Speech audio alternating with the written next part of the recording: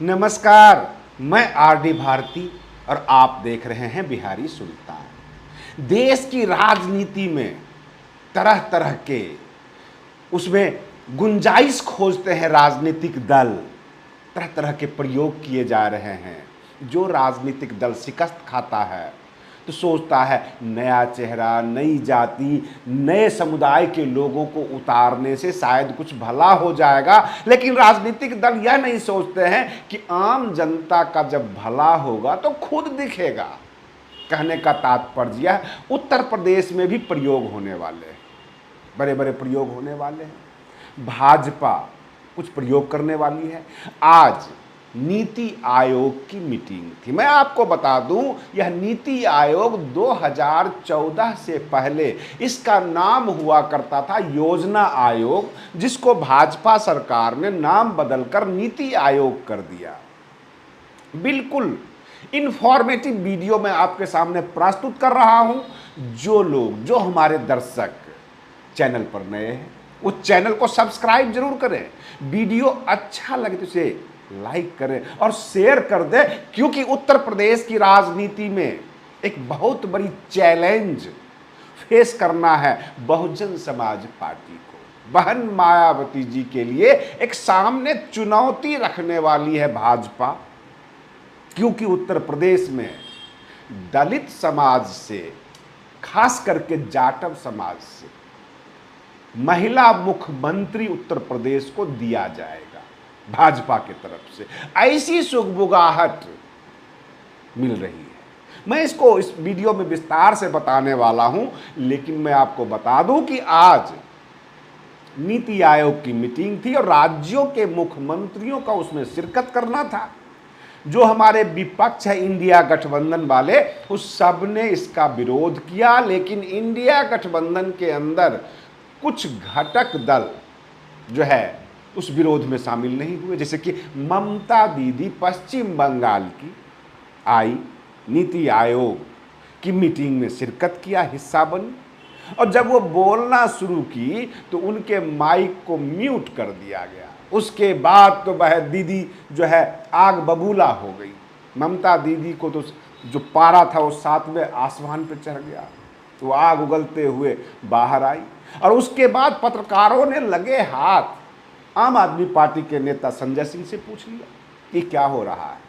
तो संजय सिंह कहते हैं ये भाजपा की तो पुरानी नीति है, लोगों के माइक म्यूट कर देना, बोलने नहीं देना, वह बहुत सारी बातें हैं। अगर ममता दीदी के साथ ऐसा हुआ है तो सच ही हुआ होगा। वो जो बोल रही हैं, जो गुस्सा कर रही हैं, क्रोध निकाल रही हैं अपना, वो सही निकाल रही हैं, उनके साथ ऐसा हुआ होगा। कहने का तात्पर्य है, नीति आयोग की जब मीटिंग ली जा रही थी तो जो मुख्यमंत्री होते हैं राज्यों के, जाहिर सी बात है कि उनके राज्य में क्या क्या चाहिए, क्या क्या ज़रूरतें हैं और किन किन योजनाओं पर चर्चा होनी चाहिए, कितने पैसे चाहिए, कितनी फंडिंग चाहिए राज्यों को, वो तो बोलेंगे ही बोलेंगे। लेकिन जब मुख्यमंत्रियों के माइक म्यूट कर दिए जाए तो फिर बुलाते ही क्यों हैं?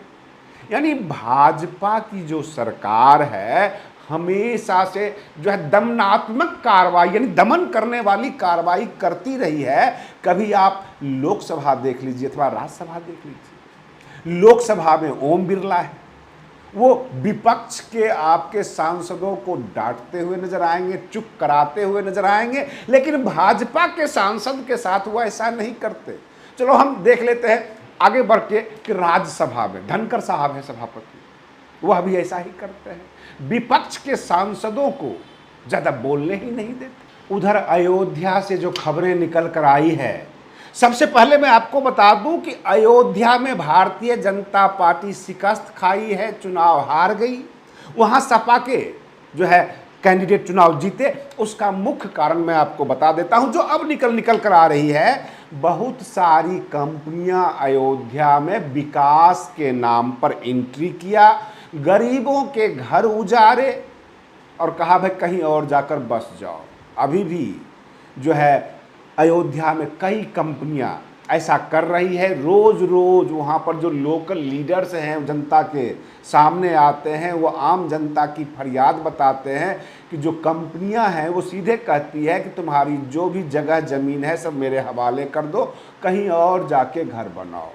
यानी विकास के नाम पर अयोध्या की जनता के साथ उन्हें घर उजाड़ने का काम किया गया है और इसलिए जनता ने इसका जवाब दिया।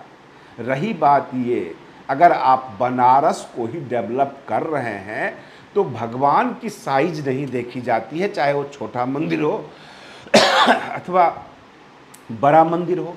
ये छोटे छोटे मंदिरों को तोड़ते हैं रास्ता क्लियर करने के लिए, साफ करने के लिए मूर्तियों को तोड़ते हैं, जिससे हिंदू धर्म की आस्था पर चोट पहुंचती है। कहने का मतलब यह कि बाबा विश्वनाथ की कॉरिडोर बनाने के लिए बाकी जितने भी देवी देवता के छोटे मोटे मंदिर हैं उसको धाराशायी कर देना, यह भी तो आस्था के ऊपर चोट ही है।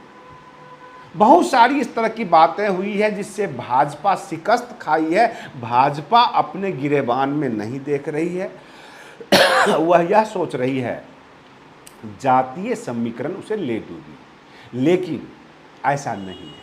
अभी जो भाजपा के अंदर से जो खबर आ रही है, खास करके सत्ता की तरफ से, कि उत्तर प्रदेश में मुख्यमंत्री चेहरा बदला जाएगा और योगी आदित्यनाथ जी के जगह अनुप्रिया पटेल हो सकती हैं, क्योंकि वो ओबीसी समाज से आती हैं, तो उन्हें जो है महिला मुख्यमंत्री के रूप में फिट किया जाएगा। अनुप्रिया पटेल से पहले एक और महिला का नाम आ रहा है जो बेबी रानी के नाम से जाने जाते हैं। आगरा से वो कई बार काउंसलर भी रह चुके हैं, जाटव समाज से। तो कहने का मतलब यह कि ये जो उत्तर प्रदेश में SC ST वोट को साधने के लिए, OBC वोट को साधने के लिए भाजपा ये काम कर सकती है। जो गुप्त सूत्रों के हवाले से खबर आ रही है कि OBC अथवा SC ST मुख्यमंत्री अगर दे दिया जाए उत्तर प्रदेश में, तो उत्तर प्रदेश के माहौल ठीक हो सकते हैं। केशव प्रसाद मौर्य तो पहले से ही OBC ही है, तो उनका सारा सब कुछ चल रहा है। अब योगी आदित्यनाथ जी का जो राजनीति है वह कितना मजबूत है यह उनके ऊपर डिपेंड करेगा। लेकिन जो खबर निकल कर आ रही है कि उत्तर प्रदेश में SC ST अथवा OBC वर्ग से कोई न कोई मुख्यमंत्री दे दिया जाएगा, ताकि उत्तर प्रदेश में 2027 के चुनाव को साधा जा सके। रही बात ये कि बजट के जो भाषण हुआ, बजट जो पेश किया गया, कई राज्यों ने ऐतराज जाहिर किया। यहाँ तक ये कहा गया कि बजट में उन राज्यों का नाम तक नहीं लिया गया। जैसे पंजाब के सांसद ये कहते नजर आए कि पंजाब का तो नाम भी नहीं लिया गया। बिहार के मुख्यमंत्री नीतीश कुमार ठगे ठगे महसूस कर रहे हैं, लेकिन कहते नहीं है कि अंदर की चोट और चेहरे पर मुस्कुराहट। वो कहते हैं विशेष राज्य का दर्जा मिला भल या नहीं मिला, विशेष पैकेज तो मिला। और विशेष पैकेज क्या मिलना, 25-26 हज़ार करोड़ कोई चीज़ होती है इतनी बड़े राज्यों के लिए? लेकिन किसी तरह वो अपने आप को तसल्ली दे रहे हैं। उधर बहुजन समाज पार्टी के लिए बहुत बड़ी चुनौती हो सकती है अगर बेबी रानी को चेहरा बना दिया गया उत्तर प्रदेश में, अथवा उत्तर प्रदेश की दलित महिला मुख्यमंत्री के रूप में भाजपा ने फिट कर दिया, तो बहन मायावती जी के लिए एक संघर्ष की स्थिति बन सकती है। अभी तक पूरे उत्तर भारत में महिला और दबंग महिला जो कि 4-4 बार मुख्यमंत्री रही हो, यहाँ तक कि एक बार तो फुल टर्म मुख्यमंत्री रही 2007 से 2012 तक बहन मायावती जी, तो उनके टक्कर का कोई दलित समाज, कोई SC ST वर्ग में कोई महिला इतने बड़े पद तक नहीं पहुंची थी और खुद इंडिपेंडेंट शासन किया हो। अगर भाजपा ये सक्सेस होती है कि बेबी रानी को मुख्यमंत्री बनाकर और पीछे से भाजपा सपोर्ट करे, तो कहीं न कहीं से बहन मायावती जी को ये चुनौती मिलेगी। और वो जाटव समाज से ही आते हैं बेबी रानी, पहले वो आगरा की राजनीति में रही हैं। तो इस तरह से जो खबर निकल कर आ रही है, और बहन मायावती जी फिलहाल अभी बसपा को मजबूत करने के लिए, उन्हें पुराने कार्यकर्ताओं को अच्छी जगह सम्मान देकर बसपा को मजबूत करने की तैयारी कर रही हैं। ऊपर से ये खबर आ जाती है कि नहीं, एक जाटव समाज का ही मुख्यमंत्री बनने जा रहा है उत्तर प्रदेश में, तो समस्या तो होगी, SC ST वोट बटेगा। रही बात ये कि कुछ लोग ये कहते हैं कि नहीं, अखिलेश यादव जी का जो पीडीए काफ़ी चमक रहा है उत्तर प्रदेश में, यानी पिछड़ा, दलित और अल्पसंख्यक, ये जो समीकरण बनाया है अखिलेश यादव जी ने, उसको तोड़ने के लिए भाजपा ऐसा कर रही है। इसलिए बेबी रानी और अनुप्रिया पटेल दोनों का नाम लिया जा रहा है, किसी तरह अखिलेश यादव जी को रोका जाए। उधर चंद्रशेखर आजाद ने काफी हंगामा किया संसद में, वो आवाज उठाए, उन्होंने मांग किया कि राजस्थान में जो SC ST के साथ समस्या उत्पन्न की गई, जो हत्याएं होती है जगह जगह, दुराचार होता है, अत्याचार होता है SC ST के ऊपर, ये संसद कब बोलेगी? और जो संसद में बैठे हुए सभापति हैं ओम बिरला जी, लोकसभा अध्यक्ष, वो चुप क्यों करा सकते हैं? किसी की आवाज़ को कैसे दबा सकते हैं?